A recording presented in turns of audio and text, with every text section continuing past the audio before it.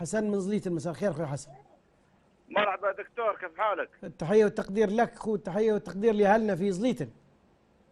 كيف حالك وحال صحتك؟ الله يسلمك طول عمرك. والله يا دكتور بنقول لك على اللي حصل في تركيا. اي نعم.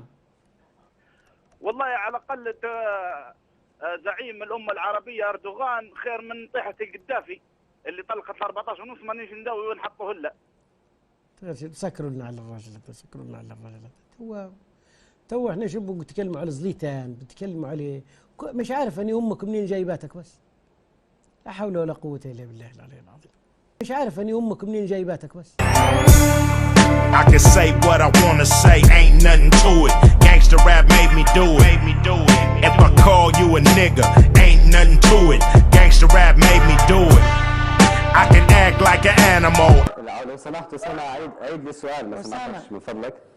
شفت قناه الجزيره. نعم. استماع في بنغازي انتهى شعراء. نعم. واحد من الشعراء قال انه هو اخوك انت. شاب صغير. صحيح.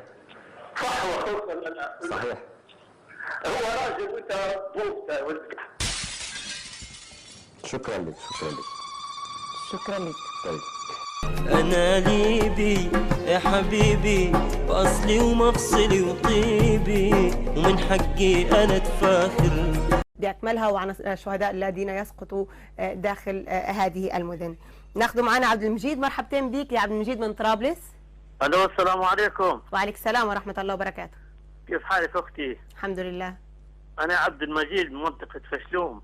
من فشلوم الثائرة دائما. تفضل يا عبد المجيد. نعم التائرة دائما. نعم. نحن بالامس خرجنا في مجموعة لنتذكر اخواننا الذين ماتوا في غرغور. نعم.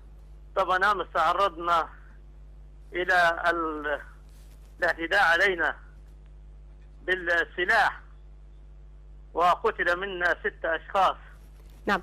عبد المجيد، هل تؤكد خروجكم بالامس وانه كان هناك 6 شهداء في فشلوم بالتحديد؟ نعم. وبعد ذلك اجتمعنا في مكان وطرق الباب. نعم. وعندما فتحنا الباب قالت لي امي اصحى تأكدت انه حلم. تروح يا شخاخة الجليد عن تعال. حسبي الله ونعم الوكيل. حسبي الله ونعم الوكيل. للاسف أنا ليبي ليبي ليبي، أنا ليبي ليبي ليبي، أنا ليبي ليبي ليبي، أنا ليبي ليبي، أنا ليبي وأصلي مصراتي وجدي في زليت السلطان. أنا ليبي ندوي طرابلسي وخوتي ورفلة وزنتان. أنا ليبي